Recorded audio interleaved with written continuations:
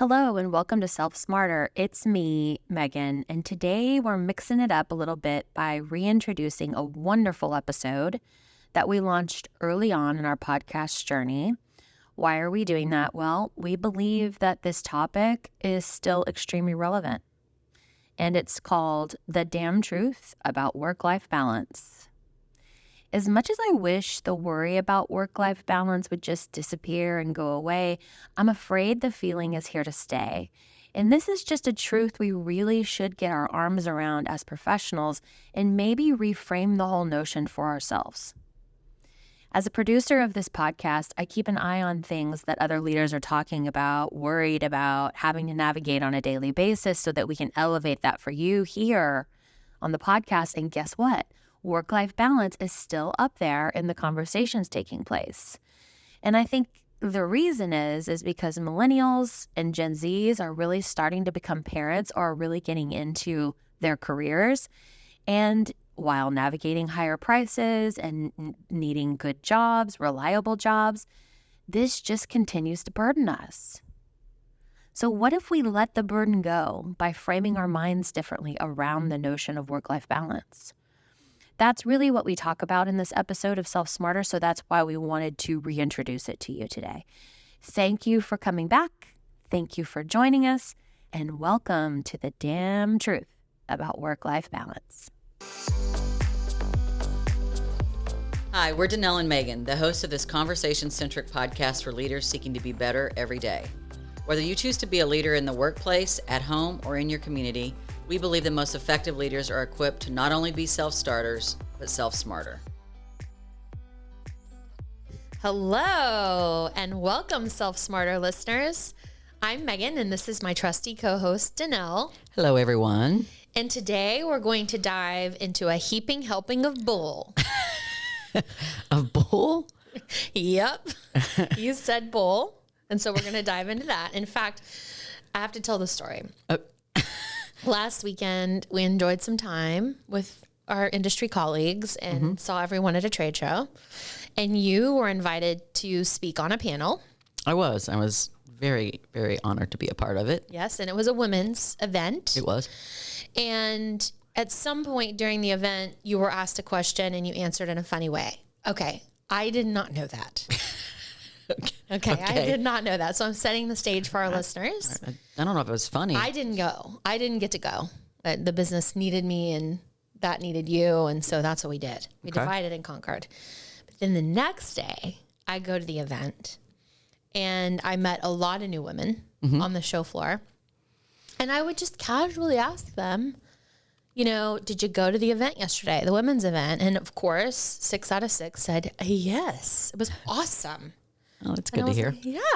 And I was like, wonderful. Was there any one speaker that stood out to you? You're checking up. You're literally checking up on me. I mean, kind of. Because I know you. And I know that sometimes things come out of your mouth on stages that are a bit shocking, but true. Okay, fair. Is that fair? Fair. Okay. Well, what I would ask people, I would say, was there any one speaker? And they'd say yes. And I would say, well, what was her name? And they were like, well, I can't remember her name exactly because I think it was different, which I automatically knew at that point it's you. Yes, different name for sure. Different name. Mm-hmm. Yeah, it's not like Sally or Megan. Joan. Or Megan. Or Megan. It's DAN', Danelle, right? So people have talked. We were used to that. We are welcome to my world. Danielle, Daniel, like you're called all kinds of things, but it's just good old fashioned Danelle. Anyway, I would say, okay, and what did this person say that really made them stand out to you? Mm-hmm. And they said, well, she said work-life balance is bullshit. Yes, I did. 6 out of 6 remembered that line, which is what we're going to talk about today. Okay.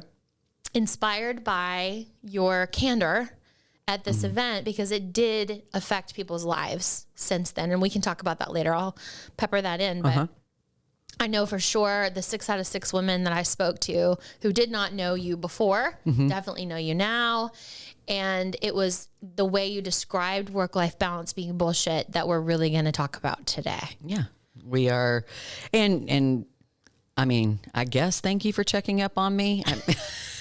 I don't blame you, because it's probably the right thing to do for our business, and to prepare yourself to walk a show floor where you weren't at that particular session, right. And so that you could understand. But I was stopped a lot. And so I know that this topic, and that's why we're going to talk about the damn truth about work-life balance, because I think me sharing some wisdom that I had garnered through the years about this particular topic, it's, we've been fed a lot. And I think if we can just simply change our mindset about it, we can be freed to feel less frustration, totally. Less shame, less guilt around comparing our life to work.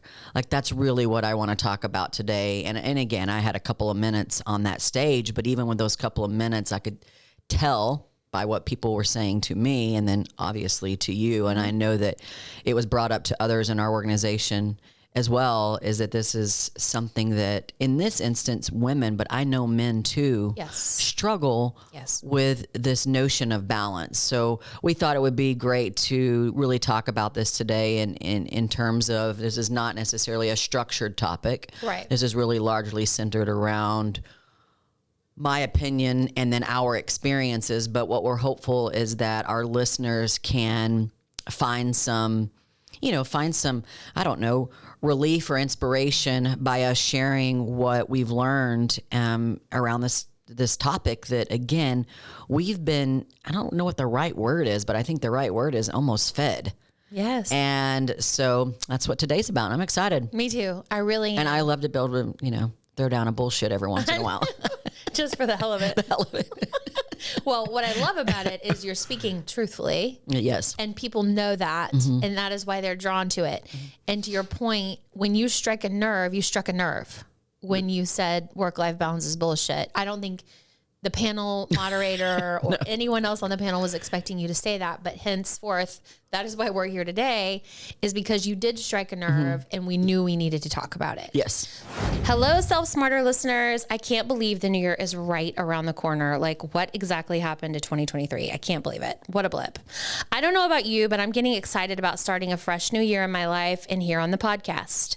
And in other news, I want to be honest with you. The more I think about building a podcast schedule for 2024, the more I think about you.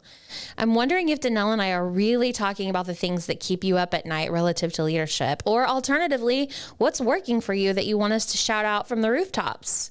Tell us what you want to hear, dear listeners. Send us an email at info@beselfsmarter.com, or just DM us on social media and tell us what's up with you. What do you want us to tackle and unpack for you in 2024? You know us, we're so happy to do it. And if it is meaningful to you, hit us up and tell us more. So let's talk about work-life balance. Why do you think it's bullshit? I mean, the notion sounds beautiful. Yeah. And we'll talk about the history in just a second, but I love the notion of balance. I mean, who doesn't want balance? And I mean that again, but at the same time, it's one of those things that, is that attainable?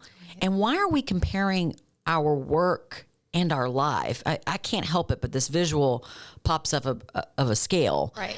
And I think we all know the proverbial scale. Yes. And where we're in balance, that thing never really does balance out. And so I really struggled with that notion, because I felt like I was constant from the beginning of my career in a constant pursuit of this thing, or it was a destination that I was headed to. Like, once I obtained it, it was going to stick. And I quickly, thankfully for me and my sanity, started to realize that. And I know you're going to lead us into that, but I think that it sounds great. Yes. But the reality of it is to me a farce. It is.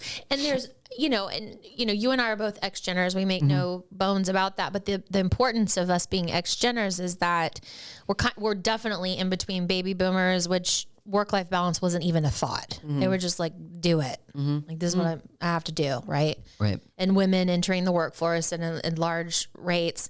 And then you've got the millennials. So we're flanked by who are all about it. Mm-hmm. What they Absolutely. Think work-life balance is. Work-life balance mm-hmm. is. And so we're right smack dab in the middle of that, trying to go, wait, if we're going to pave a path for these women who are the millennials and younger, mm-hmm. we owe it to them to speak the truth. Right. And so magazines for years in our 20s, early 30s, right when we were starting families and having children and all that jazz, were telling us that we had to believe in this. Yes. Has there been anything that, because I think we all were impacted by all of that time, like you said, we were chatting about this earlier. You're like, yeah, like Time Magazine and New York Times and all the biggies that you're supposed to trust were telling me to do this. Yeah, I mean, the topic was very prevalent. And so if you think about us entering the workforce, I know I entered it in the mid 90s. I think you came in at late 90s or early 2000s. And we'll talk again, I'll reference the history in a second because I did research. I've never researched the topic actually until we decided to do this episode because I wanted to know when was this born and where did this concept come from? But it was something that was being talked about. So it was a pressure that I was putting on myself, and especially, you know, coming out of college into this incredible career that I was on the fast track in many ways, and the company was growing, and I was working a lot, and work was an important part of my life, but I didn't feel like it was taking away from my life. But when I would read these articles, I felt like I almost had to separate things. But I enjoy working. And then when I really started to realize that I did not agree with the concept in full was when I became a young mother. So that was about 7 years into my career, 6 or 7 years into my career when I got pregnant with Mackie Payton. And now I'm a working mom. And it really I started to realize, because a lot of the times when you would read these articles, it was either speaking to the person or it was speaking about what the company should be doing to ensure that employees had work-life balance. And I kept thinking to myself, how is a company going to create balance for me? And then I started to realize, wait a minute, I'm in control of my quote unquote balance. And I started to get very sensible about it. And I was almost forced to, because I loved my work. Right. I also loved my family, and I loved my baby, and I loved all the other aspects of my life too. And I did not want to, feel as though I had to sacrifice those things. And I sure as hell didn't want to become bitter at my job, my employer, the company that I love so much, when they couldn't control the decisions I made. They can't manage that for me. And so I got really, really smart about it. And I started to realize, and obviously this wasn't coined at the time, but as I've really started to pay more attention to balance, as I'm coaching this team around here on this subject a lot, I like, and I'm not necessarily the biggest fan of Jeff Bezos, but I love what he said. He was talking to Thrive Global, and he said, I think work-life harmony is a better framework. And he says, I prefer the word harmony to the word balance because balance tends to imply a strict trade-off. Right. And that was the wording that I needed, because that was where I was having a conflict with this balance, was that it was a trade-off. I had my work and then I have my life. That's right. Wait a minute. No, work is a very important part of your life, of my life, but it's not in conflict with my life. No, it's an intersection. Unless I allow it to be. And we can talk through that a little bit more, but I like the idea of harmony. And I think that is something that we should be exploring more as we look at our work and how it relates to our life. So then today we're really going to be reframing that work-life balance into a different concept, more harmonious. Yes. So let's talk about that a little bit. Let's talk about you a little bit more and what you know for sure as a leader of a business, and how work-life balance is, quite frankly, how we're doing it here. Yeah. So one of the things that I spoke to on the panel, and I definitely talk a lot about it whether I'm coaching this team and or the folks that I'm in conversation with, whether it's someone, a colleague of mine, and or someone I'm mentoring, is that one of the things that in this journey that I've been on is that I started to realize that if balance isn't a destination, it's not something you get to and obtain. So what I started to do is really think about the week I had ahead, or the month in so many cases for me. And, because I could look at the calendar and go, wow, I have 3 trips in the month of the month of June. Okay, what does that mean for the things that are important to me? What does that mean from a family perspective? What does that mean from a work perspective? What does that mean? And sometimes the travel was personal and sometimes it was work. So I had to think about those things. And I would also do it on, I'd take an hour or 30 minutes on an early Monday morning or a Sunday, and I would just look at my week, and I would know ahead of time, I'm going to show up with these roles, because we all have roles, multiple roles. And sometimes we have multiple roles within a company, when we have multiple roles within our family and, with our friend group. And then we have our own role relative to ourselves. So we got to take care of our health, and we have to do certain, all these things. And when you think about it, we're never going to completely be in balance on any given week, but you can still reframe it and go, you know what, this week I'm not going to be able to go to dinner with my girlfriends. Right. I'm going to have to miss this go around, but I can absolutely connect with them and say, hey, or can you guys push it to next week? Or, for me, I could never do that because I was traveling so much and it was just easier for them to get together. But for me, I could still communicate and say, hey, going to miss you guys, but I'll catch you next time. Here are my open dates. And so, and again, I think you can fill in, I can't say for everyone what all the roles that any one person has, but when I gave myself the grace, I gave myself the grace knowing there were going to be weeks where I was going to be the best CEO. Mm-hmm. And then there were going to be weeks where I was going to be the ideal mom. Mm. And, because I was either present or I was going to be able to do certain things with her. And again, there were weeks when I was ideal, both CEO and mom. It just, but if I were to say to myself, it had to be a certain way all the time, I was going to be in a perpetual state of disappointment. Right. And then with disappointment, then comes the shame, then comes the guilt.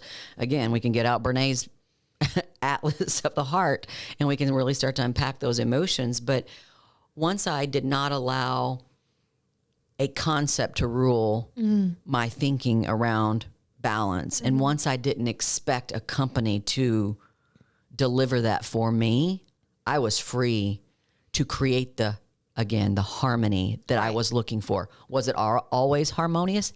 Hell no. No, you have to figure it out. But if I could prepare for it, most of the time I could find it. Better. Yeah. And then when the curveballs came, they came. And, then I dealt with them, or I struggled through them, or whatever it may have been. But I think, again, just changing the mindset around the concept that had been teed up almost as this, if you don't have this, you're not well. Yeah. You should expect this and you should demand this. No. That's work at this. That to me is where the bull came in. Yeah. And I just started to dismiss it and not allow that notion to guide me. You really got your arms around it for our business because we have men and women that work here, mostly women. Mm-hmm. Mostly women under the age of 50. We have one woman that's over the age of 50. But most women are in their 40s, 30s, and then 20s. Mm-hmm. So everybody's in a different stage of life. But you really got your arms around this. You presented a presentation to us in January of 2021 that really framed this out beautifully for us, because people don't realize, yes, they believe they want to achieve work-life balance. I understand that they want to do that. But how the business is going to support you in that is a big question mark probably for everybody listening to this. So talk to us about how you framed that for the business in January of 2021 relative to your role, our role as leaders in a business and helping folks. Well, one of the things that I knew I wanted for this business as we were preparing for this 5-year plan, really, and again, if you've been listening to the podcast, the 8-year journey that we used to strengthen my ability as a leader and thus all the other leaders at this company, and then to really work on our culture and to get our culture to a healthy spot, and then prepare our business for the continued growth. Again, we've been successful, but we're expanding our business. And so in preparation for that, I really started to think about, and then also the transition of you becoming, running the day to day. And as I accepted a new role as founder and CEO, I really started to think about how I wanted this business to show up for people. Mm-hmm. And instead of this, again, the scale. Yeah, it's this scale that is representative of work-life balance that we see so often. Is I see work as being at the, like, if your life is here in the middle, I see work as being like this foundational thing. If you choose to work, whether it's part-time, full-time, or whatever it may be, work should be a foundational support to your life. You should work in an environment, I would hope that you can, to where that work supports your health and wellness, supports your family, supports your desires to travel, puts you in a position to, you know, to be a better, you feel, whatever your roles are, daughter, son, friend, you know, again, the many roles that we have, and I think they're different for everyone, or whatever you're, what you're interested in. I would hope that your work would empower you to be able to live your life in a healthier way. And so I started to look at all of our benefits and our perks and how we show up as an organization, so that I can not only share with the folks here that you're in control of your balance, because I knew for sure as a business owner, I couldn't create benefits or perks that catered to you, right, mid-40s, teenage son, right, and then someone who's 25 who may or may not be dating, right, you know, at the beginning of their career. Totally different. And, you know, and then we have everything in between, from young married couples to people who are preparing to have their first baby. And me, I'm on the other end of the spectrum where my daughter's graduating college, and we have, you're all unique at this company. And I knew as a business owner, I couldn't just say, here, I'm going to go try to create balance for all of you. So I knew that instinctively as an individual. Again, like I've shared early on in my career, I think I found it, you know, at least partly 5 or 6 years into my career. So I would consider that early on.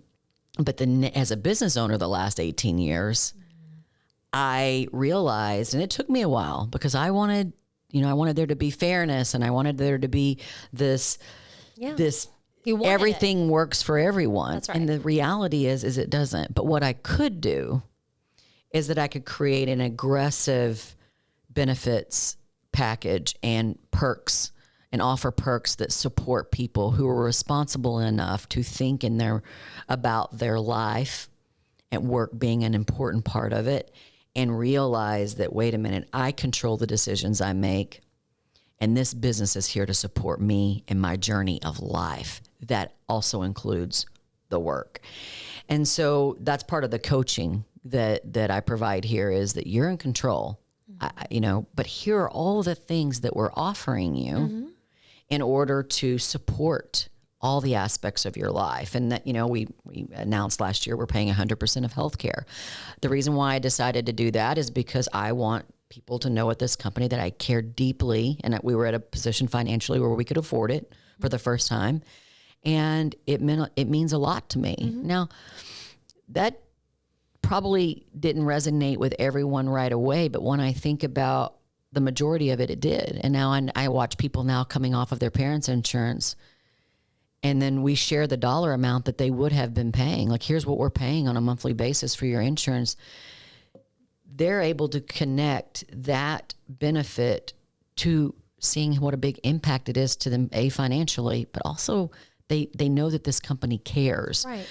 And so if you're a listener and you're working somewhere where you're feeling like the business is pulling away from certain aspects of your life, well, you know, that's a different, probably a conversation to be had in a one-on-one type situation. But what I would say is, I do hope that businesses are doing things that are in support of people's life, and then that the people listening realize you're still in control. Yeah.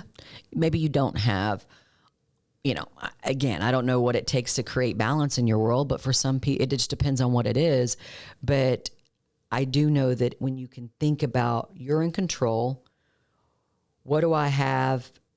What barriers do I have that are blocking me from this harmony that I am looking for? Most of the time, the answer is something that you control. And that's what I'm attempting to say here. Right. I want people to feel empowered to own the balance and or harmony in their lives. Because once you get across that, then you can address potentially opportunities where you work. And some of you are leaders, so you can make those changes, and or some of you are in a position to influence decisions at your company, and or maybe some of you are not at a company where the businesses cares too much about you outside of the workplace. And I know that that's some of your truths, and that's right. Again, that begs a different discussion. But still, you said it. Yep. You are in the driver's seat. You are to decide, make decisions that are going to make your version of work-life harmony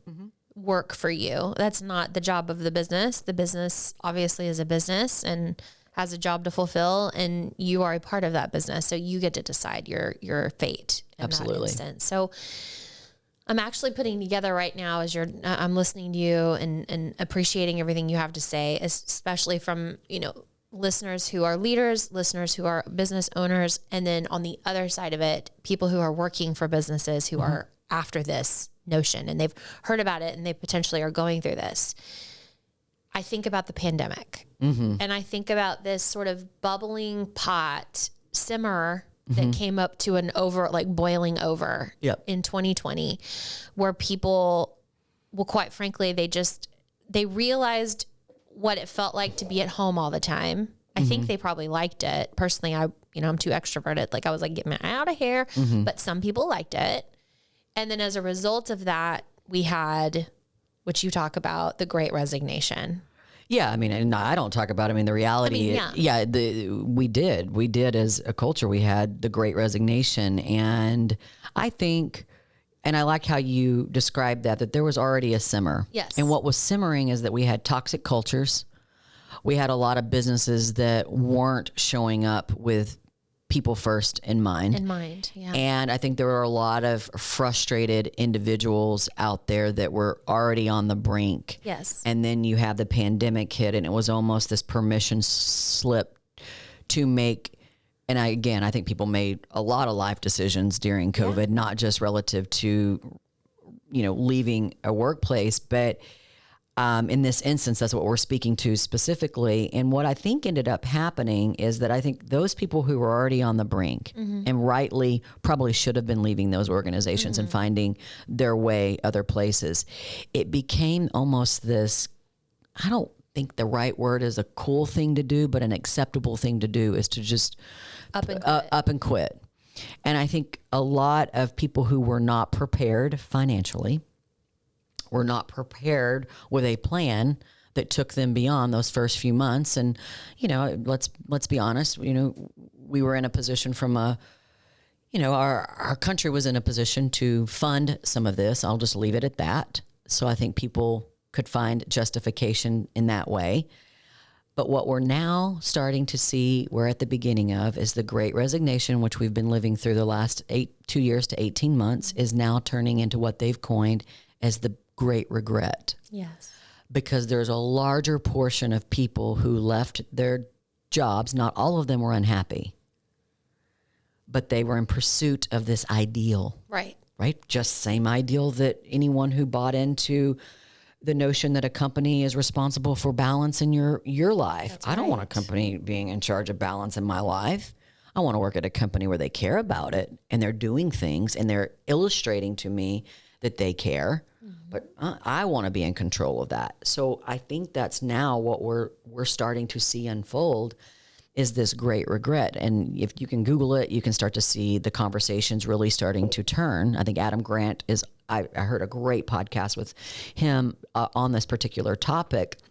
And we'll put a link to the show notes on that particular podcast because he describes it beautifully. And he describes the psychology behind people making these decisions. And he talks to people who are now in this regretful phase. And many of them have lost everything. And so I think there's these popular topics that get, and now they just get proliferated. And I think, especially when we're in our 20s and our 30s, this idealism that we carry that really is so beautiful. I love it around here. But what I think we're missing is the wisdom and the common sense to help guide those decisions. Now, listen, I could sit down with 10, 25 to 35-year-olds, and they could describe that they want to go pursue XYZ. And I might encourage 7 of the 10 to do just that, especially if they have the potential financial backing to do it, or that they've saved, or whatever it may be. So I think that, yes, I think that now we're living through another version. This one's a little bit different than work-life balance, but what the Great Resignation and work-life balance have in common is their notions that if we don't think through them for ourselves and what is best for us, that we can become bitter really quick, and we can make knee-jerk reactions that put us in my opinion, an even worse situation. So it's just very interesting to see how all of this is, unfolding, and there'll be something else down the road that we're supposed to subscribe to. And I think what I would encourage our listeners, no matter where you are in your journey, because believe me, I've subscribed to a lot of things that didn't serve me well, is to let's make sure that we marinate on these things. And hopefully this podcast can help and be a resource for you. And certainly conversations with people that you trust can help you navigate those times, because again, it fosters, I think, balance. I think, when you're talking to your friends that are working in these ideal scenarios or the opposite, you can really start to feel bad about yourself. And I think social media, we all know, perpetuates the self-doubt, the insecurities. And so I think these utopias that we're being fed we need to be very careful, and we need to use the word, or we need to use our discernment to make sure that we're not seeing we don't have some really thick rose-colored glasses on. No, for sure. And I mean, I was thinking about this and preparing for this and thinking, okay, Megan, who do you know that it has achieved work-life balance? I mean, honestly, my dearest friends on the planet, there's nurses, there's entrepreneurs, there's teachers, professional people that work for corporations. I mean, you name it. I can't think of one. And that ought to tell you something. I literally could not think of one, but that's based on what I don't even know what that is anymore. Right? So again, that's why we're calling it out. Show me someone who's doing it well other than Oprah Winfrey. You know what I mean? Like she's so wealthy and she earned it and she made a lot of sacrifices along the way. I don't think I guarantee you, if we ask Oprah, do you have balance? She'd say no. I don't believe in it. Right. Yeah. Balance is something you achieve in yoga. Well, I haven't yet, but talk to me about research. I know you've done some studying in preparation for this, but also over the years and helping our business develop. Talk to us about some of the things you've learned. Well, one of the things that I learned about the term work-life balance is as we were going through the Industrial Revolution. So if you think about as the 40s, 50s, 60s, 70s, what was happening during those times is as people were becoming, or businesses were becoming more quote unquote efficient, they started to track hours. And there was this huge revelation. I mean, people working 100 hours a week. And so that led to the realization that, and there was all kinds of health. I mean, there were all these issues that were systemic because of that reality. And this is both in the UK and the US. And then what really started, and when the phrase was coined, work-life balance, was in the 80s, was really relative to the women's liberation movement, that version of the women's liberation movement. As women went into the workplace, they were still expected to have a job and then carry the weight at home, from taking care of the kids to keeping the house to the food, you name it. And so it started to reveal itself really relative to women's liberation in the 80s, which makes sense, because then it started to gain traction as being something that businesses should be in better support of, or partners or spouses should be in more support of women in the workplace. Then it manifested, because when I started paying attention to it in the mid 90s, was, then it became something that, scholars and business, or not leaders, but thought leaders were saying that we should expect, or that we should be in pursuit of. And so I just thought that was interesting, that that's the genesis of where work-life balance comes in, which part of me is like, well, that makes total sense. Yeah, major problem. Yeah, I empathize with that. I wasn't a working woman in the 70s or 80s, but I think about my mom being that way, and the other women in our lives, and I think, wow, that I can see where a desire for more balance came from, and that part makes sense to me, because I don't think there was a lot of potential empowerment for women to make certain decisions about how they go about their day, and how they approach their work, and during the work hours, and the their personal lives. So I do see that today as being something we are much more in control of, which again, that's the part that I want to make sure that people understand, that I'm really trying to drive home with this point, is I want people to feel empowered and not reliant. And that's again, where kind of the history, I get it. I get why it came about, but I also think that it's irrelevant today. And again, there's a lot of reasons, and I know that's one of the things we want to get into is really kind of talking about the myths and the realities. Right. And really, to your point, anything cultural that involve a cultural change, a cultural shift, takes decades. Yes. Hopefully, turns out the social media, explosion culture didn't take that long. But when you think about what you were just talking about, work-life balance and women and the way they are perceived in the home versus in the workplace, that's taken, you were talking about the 40s. Yeah. And then it really came around in the 70s. That's 30, 40 years later. And then you didn't enter the workplace until the 90s. I didn't enter it until 99, 2000. And now here we are still talking about that. And that's still a huge issue. Correct. Right? So let's shift. What I'm trying to say is that that part of our culture is moving slowly. Sure. And so the revelation that you've had is right on time. And yes, to quote Brandy Carlisle. I was about to say, did you just quote Brandy? I did. Yay. I threw it in there. But let's talk about, we are going to get into some myths, because this is what people know. Like, the myths are what we've been told. Right. But you have sort of a flip the script approach to thinking about these things. So let's dive into those. Yeah. Again, I'm going to put an article in the show notes that I found, a great article. I think it was from entrepreneur.com, where it's like the 10 myths about work-life balance. And I thought the author did a really good job of teeing up these 10 myths, and I agree with them. But what I'd rather do is spend time just talking about some truths that I know to be true. And one thing that I know for sure, is that everyone is different. Right. Everyone is unique.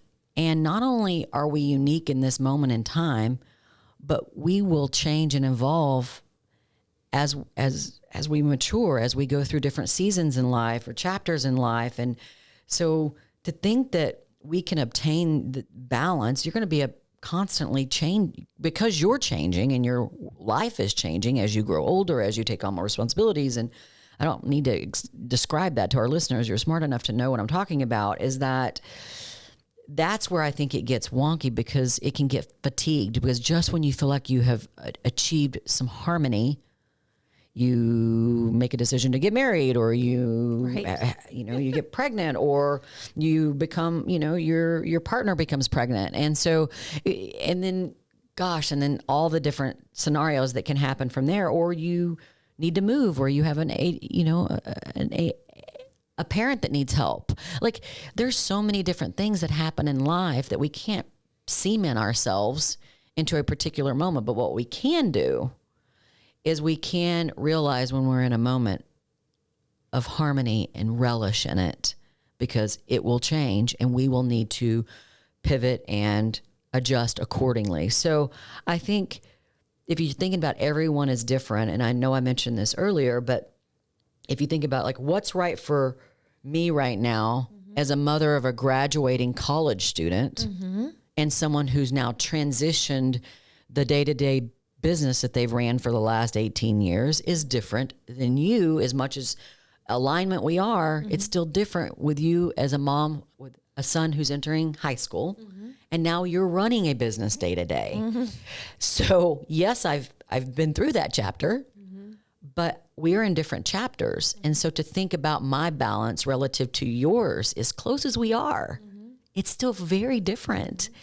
And that's just a great example of how different it can be. So what is balanced for you is not balanced for me. So we need to be careful not to look at our peers or people we look up to or people that we trust and say, oh, they have it so good. Right. Because they have this and mine's this. No. Adjust focus on what's right for you and be good with that. And it took me a long time to figure that out because like I've shared on this podcast before, many of my closest college friends decided to, once they worked for, I don't remember, 5 or 6, 10 years, and then they decided to have children and stay at home.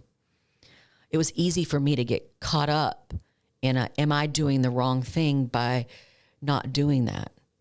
And it's so interesting because I did fight that. I fight that mental, whatever that was.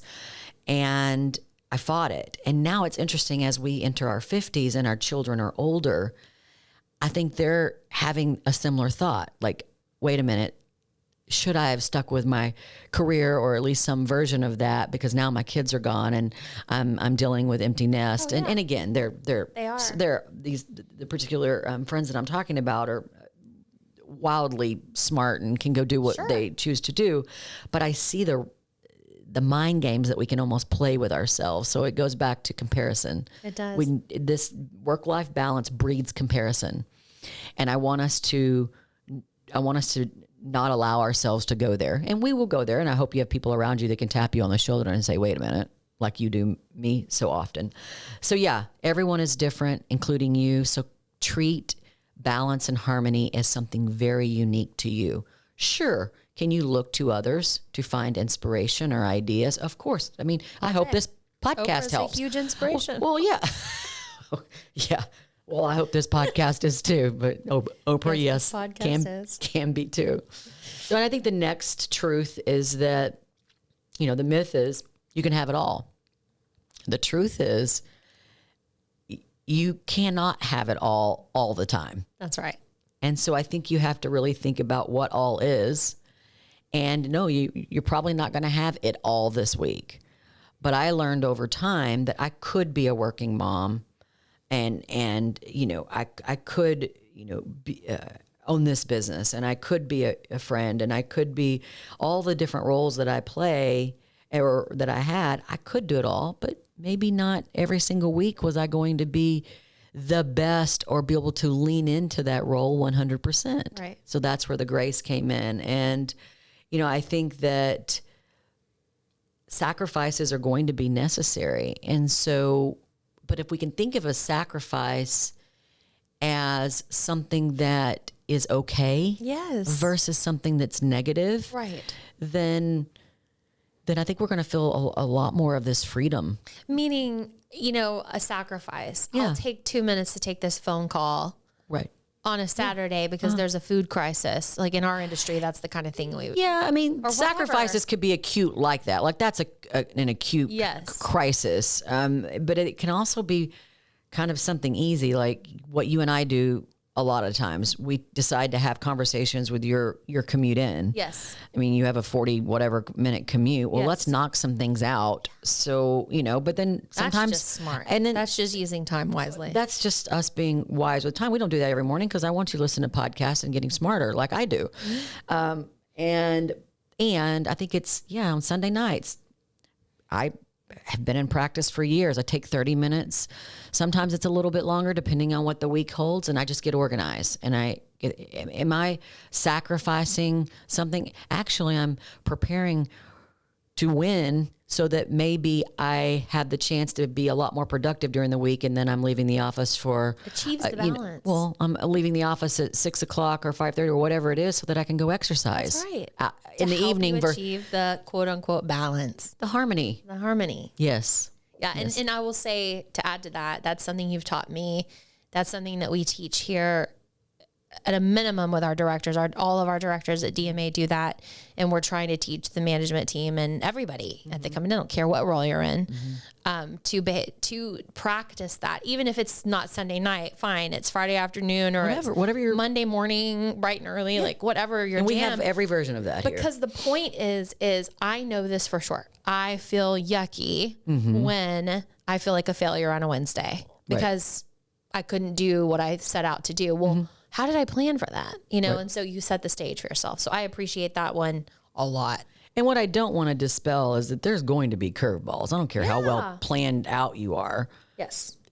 But at least if you've planned or at least thought about your week relative to all the roles that you have, and we kind of referenced specifically work in that particular example, but what I have found to be helpful, if I think about all the roles that I have, and when I think about the week or the month or whatever time frame I'm focusing on at that moment, then I have found that when the unexpected arrives, then I'm a little bit more prepared. Totally. And so preparedness is really what it is. And it's not just an act of preparedness or planning or time management, which we'll talk about next. It's an act of also being able to give myself grace and, being a little bit more gentle with myself when things don't go as exactly the way that I planned. And that's what it helps me prepare to do. That's a good one. Yep. So time management, and we'll just touch on this. I think it's an outdated concept because time management was born way before, and all the curricula or study around time management really became outdated when we went to 24/7. And so the second coming of digital revolution and social media, and that's really what you mean. Like you're saying, like compartmentalization of time. Yeah. Like during this time in the morning, I'm going to do this. And then every day it's got to be like that. And this is how it has to be all the time. And I never can defer from that. Scheduling yourself and putting yourself in a position, again, I'm all for time blocking if that's what you need to do. But I'm also, because we live in this 24/7 cycle, we have to realize that, if I'm an early riser and you're a late riser, it's okay for me to send an email at 5:30 in the morning. And I don't have to answer. And you don't have to answer. No, you don't. Or 5:30. And so I think there's these expectations that, we have to get everything done in this block of time. And the reality is, I think it's a healthy thing, is that we get to work when hopefully we can be in a space to where we're working, where we're the most productive. Well, that comes with a lot of self-knowledge. And that also comes, and that's something we've worked on as a culture here. And we had to get better at it, because I will tell you, as a leader, 10 years ago, I had a very specific ideal of when people should be working. And now I understand that, yes, as it relates to deadlines with clients or internal deadlines, sure. But as long as the deadline's being met, if you need to get out of the office at 5:30 and go do your thing, and you want to get back on at 8, and because that's when you're in your flow, okay. And or if that makes you tidy up for tomorrow, like back to that preparedness, it just makes me feel better. I'm saying me, and as in the royal, like everybody, it makes us feel better to do that versus rolling in the morning and like feeling like we're on fire because we didn't tidy things up yesterday. Right. And I think that kind of goes hand in hand with the last, truth that I know to be true, is that, the early bird doesn't always get the worm. And that's just such an outdated, because again, and still so many leaders today are talking about the importance of getting up early and doing ones that 5 a.m., some that we love. And I've never been I relate to it because I do like the early rise. But I also respect those of you who don't. My daughter's one, you're one. Yeah.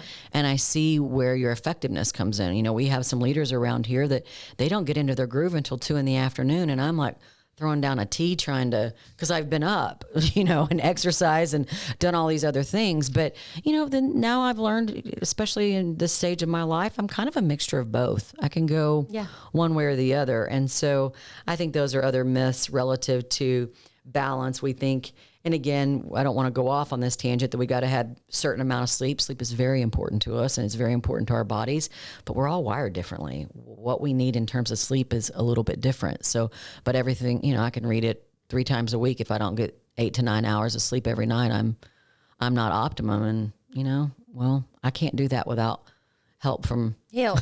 help from Dr. Feelgood. And I don't want that for people either. So I think we just have to be very, again, I think the word is discerning relative to what we're being fed. Yes. Relative to this notion of balance and really think about us showing up in a more harmonious way where work, if we choose to work, it's a thriving part of our life. Like that's what I hope for the people who work here. That's what I want them to see. A, their work is rewarding. B, that they're extremely valued, and that this particular company is in support of all of the aspects of their life, but not governing it. That is the goal. So that we used to call that awakening, enlightenment. We couldn't quite coin it here, but we had listened to Dave Ramsey on EntreLeadership talk about decide. The clap, like he just claps. And he says, people just decide. That is what you're talking about. Yes. There is a decision. There's an awareness that clicks one day for people. It's ownership. Yeah. And accountability. They wake up and they go, oh my gosh. It's like Dorothy with the ruby slippers. And I use that analogy all the time because the point is that she had the power the whole time. The whole time. And so people wake up and realize that, and then their life changes. And we've seen it here with me. We've seen it with you. We've seen it with our leaders. It is a decision. And once the decision is made and the awareness has clicked in, it's a game changer, an absolute game changer. And so I was thinking about sharing a personal anecdote, but instead of doing that, I think what I should say is, if only this were taught sooner for folks. Like for me, this conversation that we're having right now is imperative for people, not even just men and women, leaving college potentially, like preparing to enter the workforce where they have these notions that they've been taught, or that's what they think, and they need a little bit of guidance on how to approach this line of thinking so that they can get there faster than we did. I know it's happening because they're showing up in interviews, and we interview a lot of young people, and we're in a perpetual state of interviewing. They do show up using the word work-life balance and culture. And you can tell right away that how do you know what those things are? Because we know it's not being accurately talked about in college or high school or whatever they're, however they're entering or wherever they are in their stages in terms of education. We know it's not being taught and in the right way or talked about. I think it's a discussion. And so it's on us. It is. As, to help them understand, here's what the reality of those things are.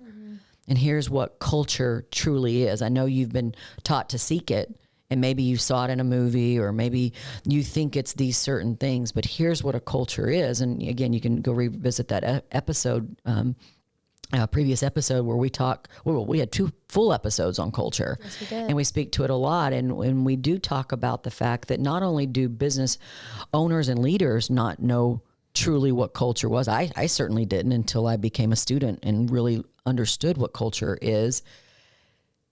Work-life balance was one of those things like that I had to figure out. And again, I didn't study that quite as in detail or live through the culture thing. I didn't have to. But I do think it's on us as leaders. And that's why we're having these discussions on this podcast, is to really hopefully help people navigate these notions a little bit more in a healthier way and sooner. By all means, sooner. That's why we're committed to this. And I said teaching children, and I think people typically, when someone says that, they go to school, like they think about school. Sure. Yes, and you inspired me eons ago, years and years ago, to talk about business, talk about these things that we were grappling with at home. So if you're listening to this, that's the start. Oh, absolutely. Well, teaching is on you, me, and everyone listening to this podcast.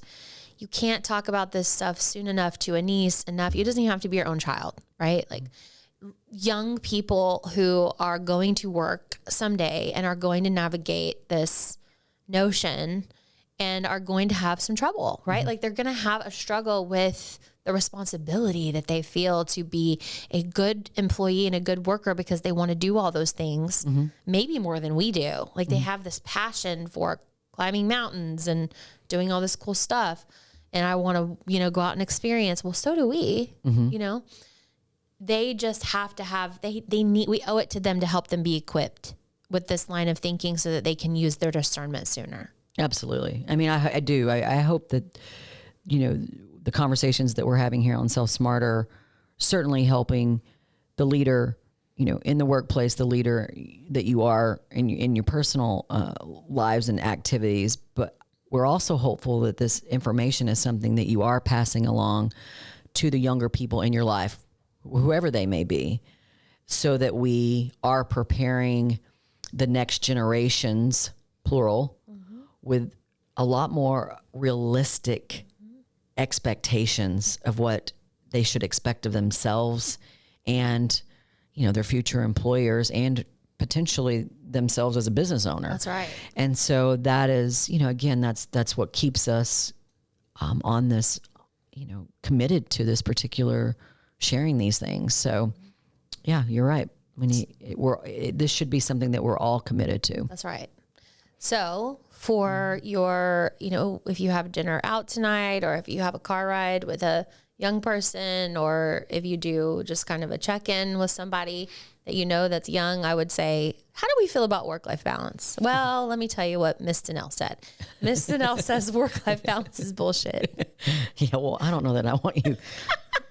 You don't need to be dropping the bullshit with the young ones, but I'm sure they know that word quite well. Yes, I know. Unfortunately, yes. All right. With that, let's transition to our music moment.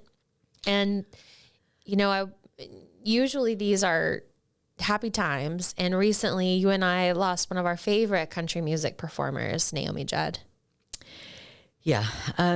This is certainly not what we had planned to talk about, but it's worth recognizing because, especially given our age and given our love for country music, the Judds, and then ultimately Winona, even in her solo career, I mean, they were a huge influence if you think about country radio at the time and how unique they were, this mother-daughter duo. I mean, they're obviously, if you just listen to the episode on Dolly, we had women that were in country music that were influentials in the 80s and the 90s, but they were so unique and their story was so amazing. And then it started to come out over time. And I mean, their songs were speaking to us. I mean, the whole long list of them. And then as you watch their rise to fame and you watch them, quite frankly, be very real. And they stood out to me as being incredibly talented and just on this kind of very unpaved path, if you think about their journey and how they scrapped it together. And you think about Naomi with these 2 kids in tow and what she did to get the opportunity to pursue this music path, this career, this incredible career. And, they were so relevant. I think they were relevant, on the radio charts from 83 to 91. Right. That's a long time. Right and in then, the heart of our adolescence. Adolescence, yeah. And so the Judds, their songs are a big part of the fabric of, our lives, quite frankly. Absolutely. I mean, and I could name song after song, and so could you. And so I wanted to talk about it because, and I know we have special moments around the songs, but I, in particular, had the incredible opportunity to meet them both. And so in 2000, they did because they basically, they tabled their duet career in 91. And I remember this vividly in college. And then Winona came out with her solo career. And they did that because Naomi was dealing with health issues. And so they took about a 9-year break. Well, in 2000, they came out with, the reunion tour. I forget the exact name of the tour. And my good friend got us tickets, and we were able to go backstage and meet them both. And it was amazing. And they are just the most down-to-earth people. And they could tell I was 6 months pregnant. And so I had the music program with me, and I flipped it to a particular page, and they were going to sign it. And Naomi says to me, you're so beautiful. And she was looking at my stomach. I was visibly pregnant. And I said, thank you. And Winona said, do you know what you're having? I said, yes, I'm having a little girl. And she says, have you named her yet? And I said, yeah, her name is Mackie, which is my maiden name. So they both signed this program. It was a large program. They both signed it, and one of them wrote, Mackie, you're going to do amazing things in this world. And so I had it framed and there's this beautiful picture, which I'll make sure that the team has so that when we're promoting this particular episode, but it's me standing there with both of them. And I just remember in that moment, them making me feel so special. Like I was there to meet them, but it ended up being about me and because they're both mothers, they couldn't help themselves. And I got to see just this real genuineness of the people that they were.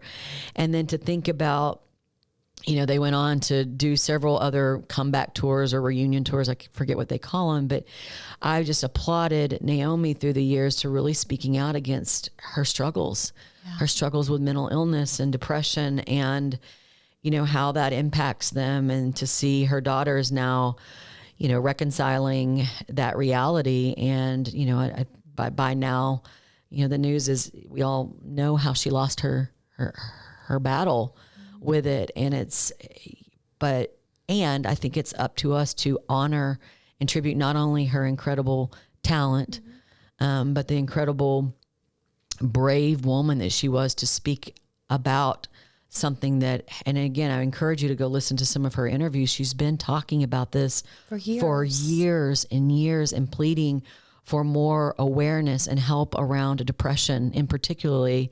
And we have a lot of work to do, and we continue to lose these notable people, but think about the people that we're losing that don't have the stage that Naomi has. And so I think, again, it's a little bit of a somber music moment, but I think it's one worth noting because yes, they had will continue to have such an impact on the two of us. And I know many, many others.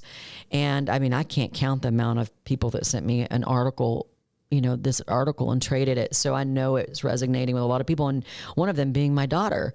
And, I know that as she was growing up, that was always one of her favorite pictures was of me with Winona and Naomi. But I just hope that we all take the time to really think about those particular struggles as it relates to either people in our lives or not, and what we can do to hopefully, again, do something about this particular illness that is impacting, or disease that, it's a combination, I'm sure, of both, that are impacting us. But I do hope that we'll all listen to some Judd's music a lot over the next couple of months so that they can, experience a lift. I know radio's really, and CMT, there's a lot of folks doing things. There's a lot of beautiful tributes being made to Naomi and Winona and their music. And the more we listen to that, hopefully the more meaningful that'll be for their family. But we'll certainly keep that family in our thoughts and prayers. And thank you for letting me talk about it, because they definitely have a special mark on for me, and I know for you as well. And for your daughter. Yes, absolutely. Yep. Thank you for sharing that. We'll bring our episode to a close today, but before we do, we just wanted to mention we will have some links in the show notes. Yes, absolutely. So be sure to take a look at that. Feel free to visit our website for other awesome episodes. This is episode 15, so there's 14 additional episodes for you to listen to. And we'd love for you to give us some reviews. It helps, not only it tells us what we're doing well or not doing well, it also helps other people find us. And we do believe that, even the story about Naomi is just making me think about how important it is for us to be together, people to be together, to be able to talk about these things that nobody wants to talk about. And that's what we're doing here. Absolutely. Self Smarter podcast. So with that, rest in peace, Naomi Judd. And we send you into the week with grateful hearts. Goodbye, everyone. As always, you can connect with us on Instagram and Facebook at Self Smarter Podcasts. You can also leave a rating or review if you enjoyed what you heard today. Not only does this mean so much to us, but it also helps other leaders and future leaders find our community. Thank you for taking time out of your day to join us in becoming self-smarter. This podcast is produced by Snacks Media, and music is from a free platform. Well, that is until Brandy Carlisle reaches out to us to write the original score for our podcast. Friends, have a great rest of your day.